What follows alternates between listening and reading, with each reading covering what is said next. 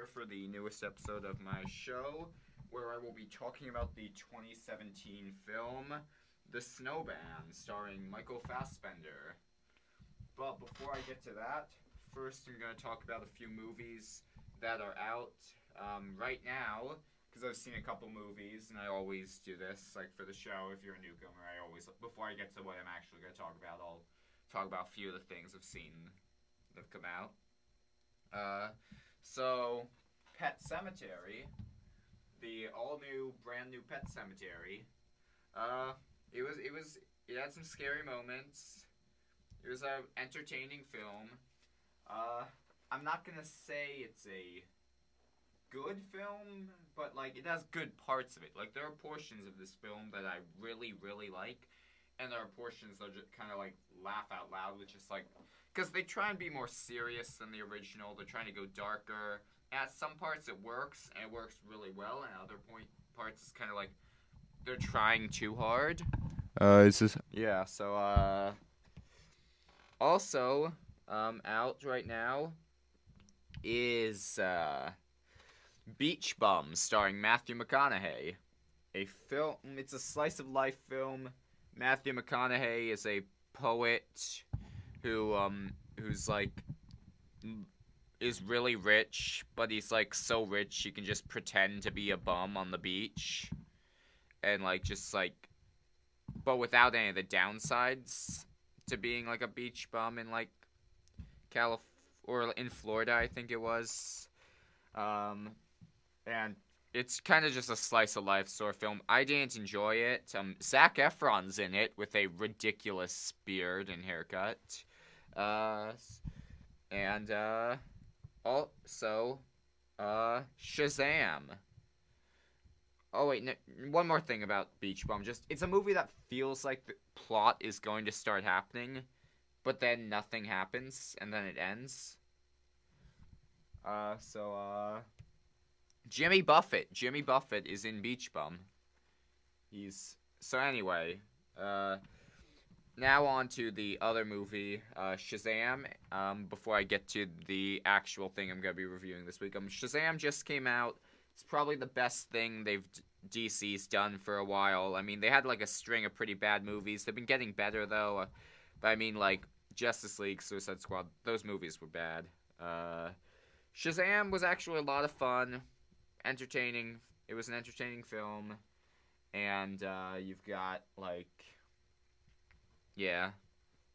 And, like, they've been getting better. Like, they had Wonder Woman that was good. They kind of went back down with Justice League. But then, like, you've got Aquaman, you've got Shazam, and, you're getting good stuff from them now. It's getting better over time, and this is probably the best thing they've managed to make, just through a lot of practice and failing many times. So now, 2017's Michael Fassbender vehicle, The Snowman. Frosty the Snowman is a fairy tale, they say. He was made of snow, but the children know how he came to life one day. Okay, so, before this film came out, people were talking about it, saying things like, it was the Norwegian Silence of the Lambs. It was executive produced by Martin Scorsese, director of Taxi Driver, Goodfellas, and After Hours. It has an A-list cast that includes Michael Fassbender, Val Kilmer, Rebecca Ferguson, Toby Jones, J.K. Simmons, and more. Directed by Thomas Alfredson, creator of Tinker Tailor Soldier Spy and Let the Right One In. And finally, based on, like, a best-selling book, part of a best-selling series, it has everything going for it. But this movie was bad. Okay. So, a little bit of a fun story. So, a while ago, back when that movie came out, around the same time, I went and saw, the movie Thor Ragnarok. And somehow the projectionist, or I don't know if they even use projectors anymore. I don't know what it's called. I'm gonna say the projectionist accidentally put in the wrong film, and so I'm with this crowd of children, like just like there's or in like families and stuff, because it's like opening day to see Thor Ragnarok, which is like big Marvel comedy, haha, funny, lots of kids going to see that movie. Well, they put in the Snowman by mistake, a serial killer thriller that starts with child abuse. So, yeah, there were a lot of people running to the exit to tell them they put the wrong film in.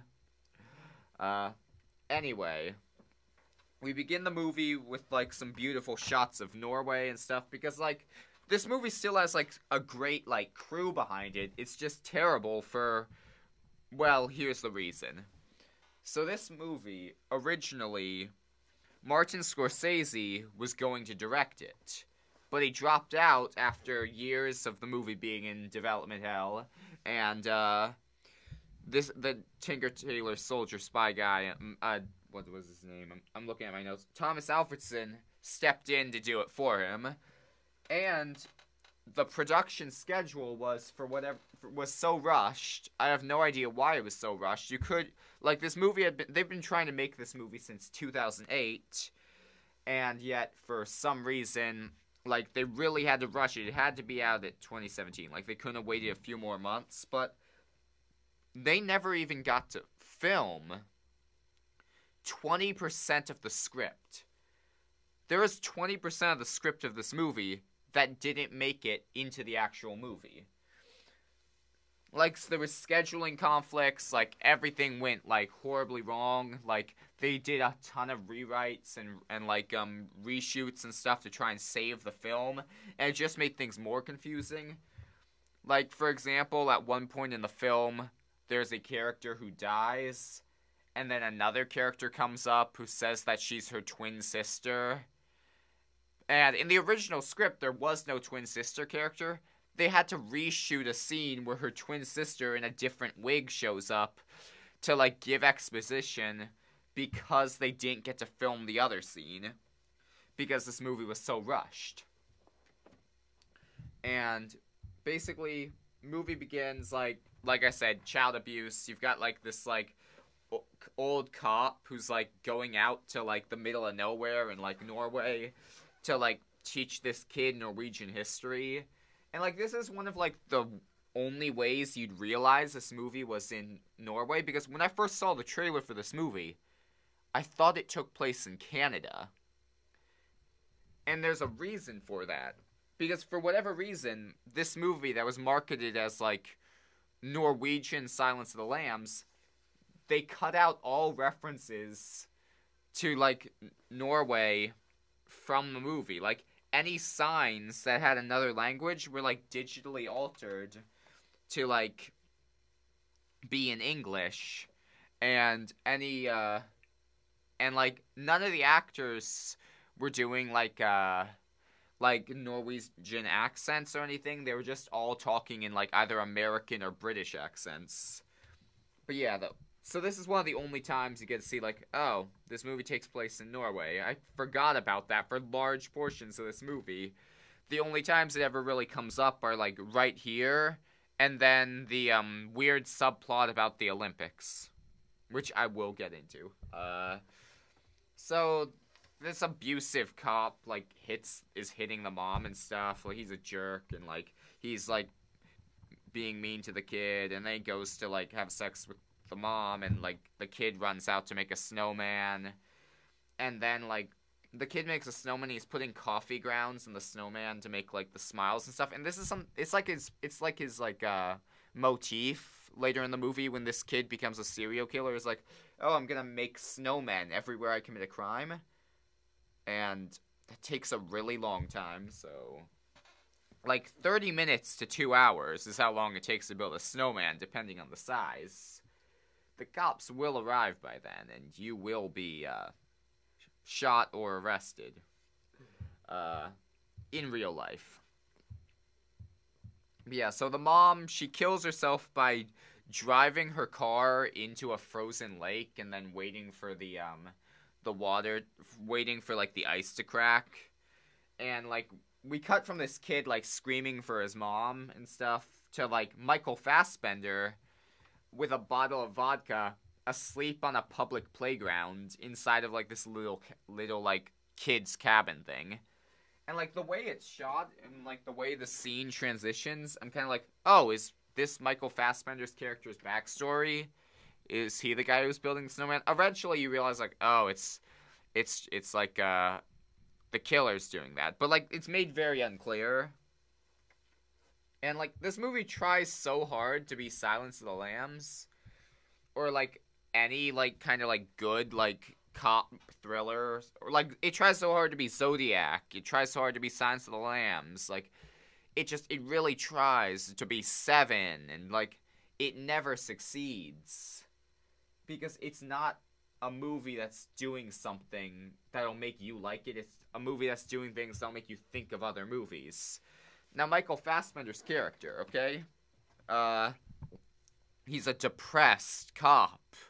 He's a detective, and he drinks, and he does pills, and like his boss can't keep covering for him, and he has a tragic past that we never get to hear about. We just know it's sad, and he has an estranged ex-wife, and there's a kid who's possibly his kid, but they never tell us in the movie if it's his kid or just some kid that's his ex-wife's kid and who he befriends and stuff, or is it his ex-wife, or is it his ex-girlfriend? None of this is made clear. It's probably all in the scenes that they cut out of the movie.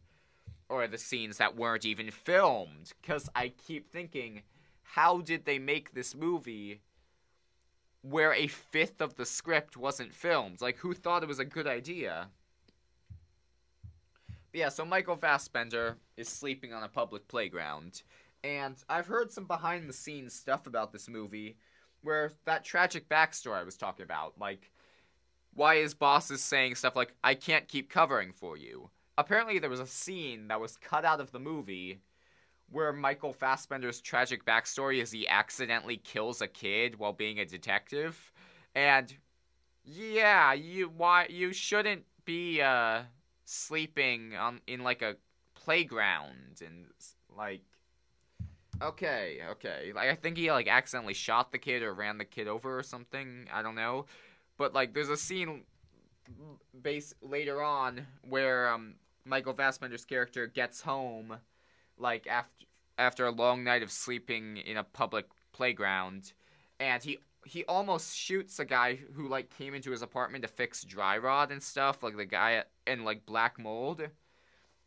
But, like, when I say almost shoots, I don't mean pulls out his gun and then doesn't fire when he realizes it's not a threat. I mean he fires at the guy, but misses. And no one, like, pays any attention to this. No one acknowledges they just shot, like, a firearm inside of his own home at a person. They're just, like, the guy's just like, "Oh, sorry. there was dry rot, and you've got a black mold." This doesn't take place in Canada. But Michael Fassbender's character's name, we learn his name when he gets a letter in the mail, and we see his name on the envelope. Now, the books that this character appears in are, basically, his character is supposed to be the Sherlock Holmes of Norway, is what they've called him. Like, he's, like, a very well-known, like, literary figure, the character that Michael Fassbender is playing. And so in the original Norwegian, the character's name is Harry Hole. In this film, they Americanize everything, like I mentioned. His name is Harry Hole. Detective Harry Hole. And the Snowman is part of the Harry Hole mystery series. Harry Hole.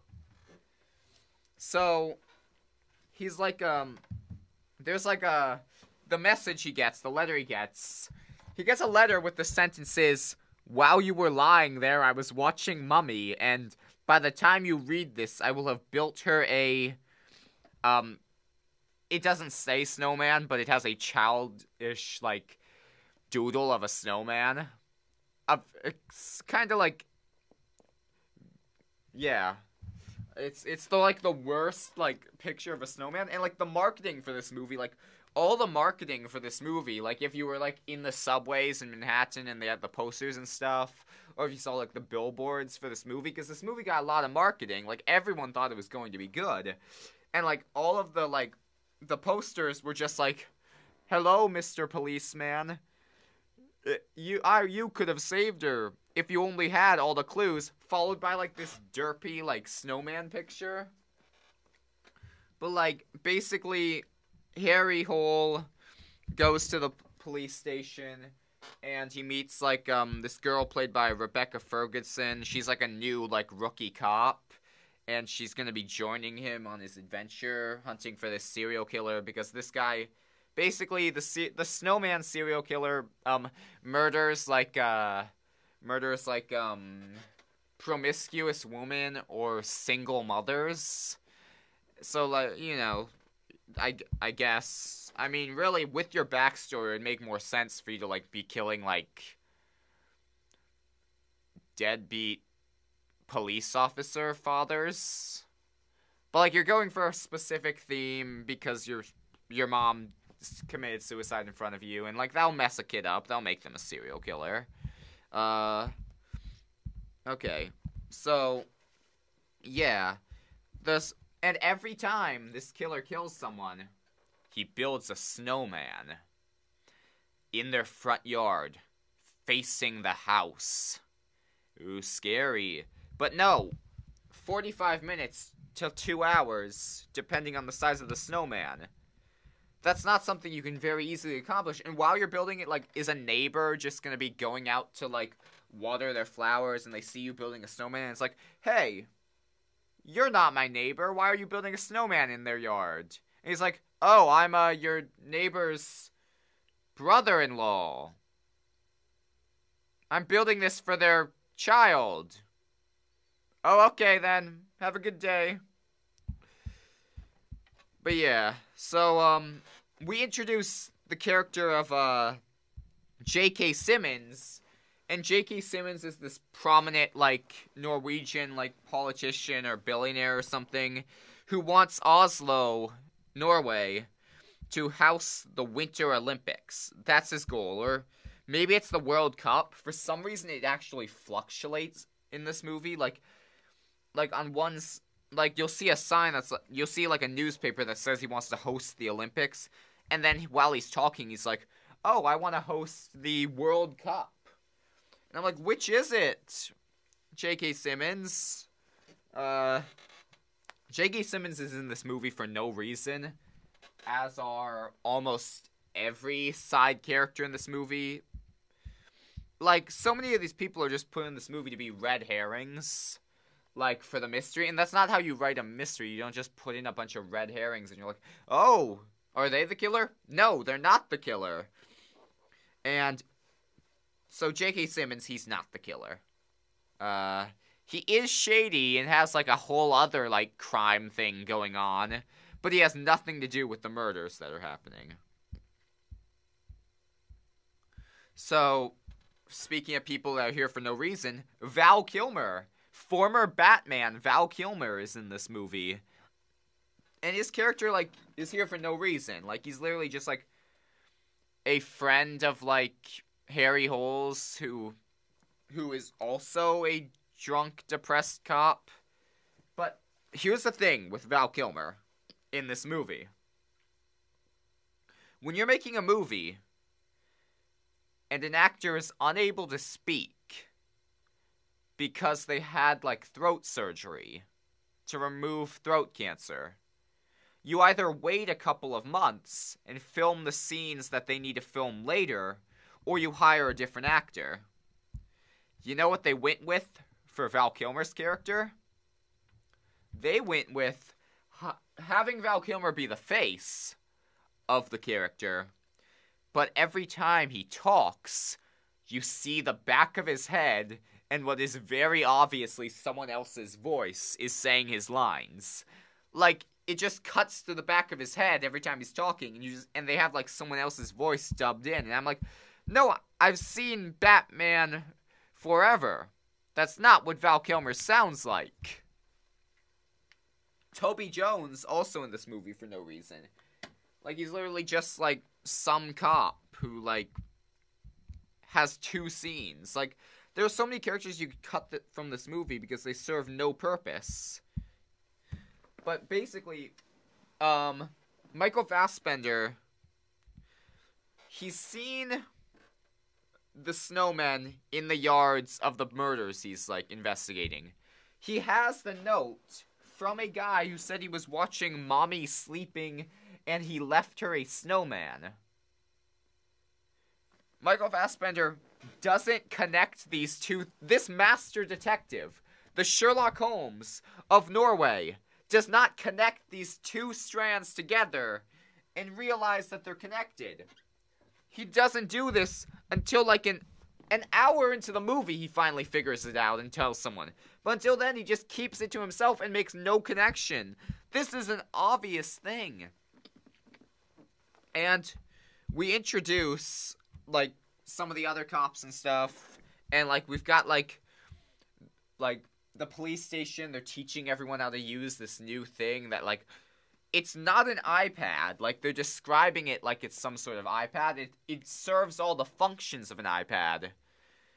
But I want you to imagine you're in the year 1992 and someone explained an iPad to you and you had to think in your head, what does that look like?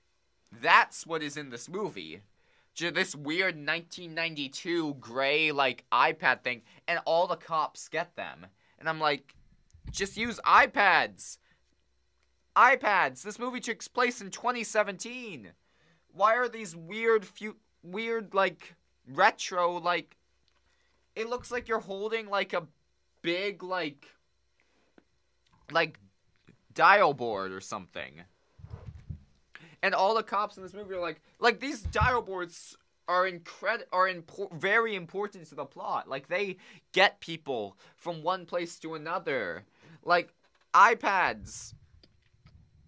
They're iPads, but I don't know if these things even work in real life. Did they make this up for them? I don't know. But, like, there's a cold case like the one that's happening before, and it doesn't matter. And they figure out that the killer is set off. Like, the killer only kills when it's snowing. In Norway. Like, you know what? It's lucky we figured out that the killer only kills when it's snowing. Because we're really narrowing down now when these crimes will happen. Because right now, this movie takes place in Norway in the winter. It's like always snowing. Or there's snow on the ground. Like, never mind. So, Fassbender, or Harry Hole, he's got like his ex-wife, and she's got a kid. And in the original script, I believe it was his kid, but like, they rewrote the movie so the kid doesn't know who his father is, and Michael Fassbender is just like, is kind of like adoptive father who's not dating the mom anymore, but is still there for the kid. And so we learn that like, so he goes to like the kid's like hockey practice or something, and we learn that the mom dumped Michael Fassbender, Harry Hole, because he was a bad influence on the son. And like Harry Hole gets concert tickets and takes his adoptive son to the concert, and it's like the weirdest concert. Like, there's techno music playing, and it's just, but like, it's not like the techno music is background. It's not at all what's like actually going on, because like, it's just a man screaming into a microphone, much like how I do my radio show, except. Yeah.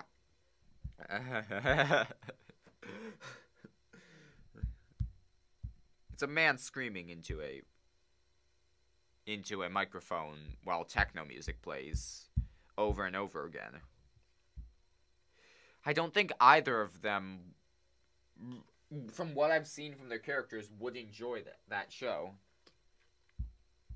But like, we get to the part where like there's the character with like the twin sister for no reason. Like basically like the killer like calls like the killer calls the police as like, hey, we've got missing persons, and Michael Fassbender's like, oh, this fits like what our killer's been doing. Me and Rebecca Ferguson are gonna go track her down, and it's like, oh, she's alive, it's okay. And then they leave, and then the killer kills her, and then the killer makes another missing persons call, and they come back, and they see her again, even though we just saw her die, and it's like, oh, that was my twin sister who just got murdered.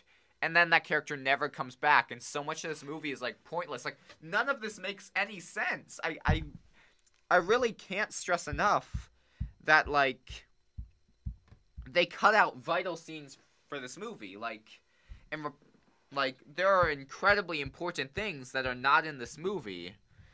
Like, if you watch the trailer for this movie, like Rebecca Ferguson like gets a bear trap stuck on her leg, and like a house explodes, and like none of that happens in the actual movie.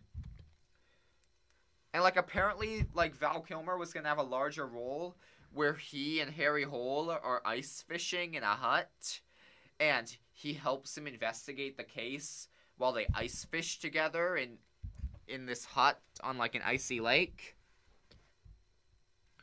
And like we get into the J.K. Simmons subplot, which is like, just like, okay, so J.K. Simmons, you think he's gonna be the Snowman killer, but then you realize it's a red herring. But then you realize, oh, he's just another like criminal. He's doing like J.K. Simmons is like Harvey Weinstein in this, basically. Like that's kind of his thing. Like he's doing like illegal stuff, and like someone found out about his affair he had, so he had like them. Rebecca Ferguson's father was murdered by J.K. Simmons because her father found out he was having an affair with his wife and doing all like the messed up like Harvey Weinstein like stuff. And I should mention that Rebecca Ferguson's character dies. Like you set up like, oh, her enemy is like J.K. Simmons and she's gonna stop J.K. Simmons, but then she just dies. She gets killed by the Snowman killer, and then like J.K. Simmons just leaves the movie. Like you're like, oh, that's a bad guy. Oh no, now he's gone. He's not in the movie anymore. I guess he got away with it. Which I guess is sadly true to life sometimes. But like, Rebecca Ferguson, she dies in this movie for no reason. Like, apparently in the actual books, she's like his sidekick and is with him in like all the adventures. Like, she's in every book. They killed her in this movie, I think, because they just didn't film the final like confrontation scene with her and like J.K. Simmons. Like, I think they kill her character off because like they just didn't get to film any of the other scenes with her where she like defeats J.K. Simmons, and they're just like, oh, okay, we'll just kill her. But yeah, though, okay. J.K. Simmons goes on to successfully bring the Winter Olympics to Oslo, Norway. There's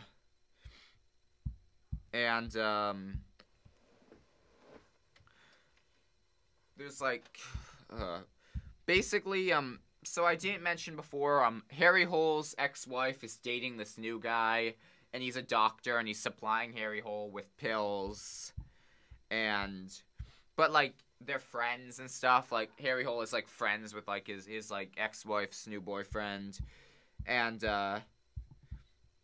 then it turns out that like the killer was his friend the whole time. This detective, like this guy who trained for years to like track down killers and like solve crimes and figure stuff out, didn't know that his like doctor, close friend, and ex-wife's new boyfriend was the killer. And basically the killer like kidnaps like Michael Fassbender, Harry Hole's like family and stuff, and takes them to the same cabin where he got like where he lived as a kid by like the ice lake and stuff. And this guy's serial killer voice is the worst. Like let me give this like a go. Let me see if I can do this, cuz like like you've got like Hannibal Lecter, like that's a great serial killer voice. Like it's not a great, like really creepy, but this guy's just like, you should have given me all the clues, or I should have given you all the clues, and then you would have caught me, and I build snowmen. And do you think that your family deserves to live, Mr. Harry Hole? It's not a good. It's like everything in this movie is just people trying to do other stuff and failing, trying to do like cool stuff that was in other movies and failing. But basically, Harry Hole saves his family from the killer. The killer runs away onto the ice lake where his mother died. Harry Hole follows him onto the ice lake, gets shot by the killer because like he had a gun this whole time. He just never used it until now. And they're fighting on the ice lake, and Harry Hole tricks the killer into walking forward. Or no, I don't think he actually tricks him. I think the killer just walks forward and then falls through a hole in the ice. Like, Michael Fassbender does nothing actually to stop this killer. Like, he didn't trick him or anything. Like, him tricking him would have been better, but no, the killer just dies because he fell through a hole while trying to kill someone. Like, you're really not making me think like Michael Fassbender's character is cool or like anything. Like, he didn't even defeat the killer. The killer falls through a hole and dies. Harry Hole is saved by a hole.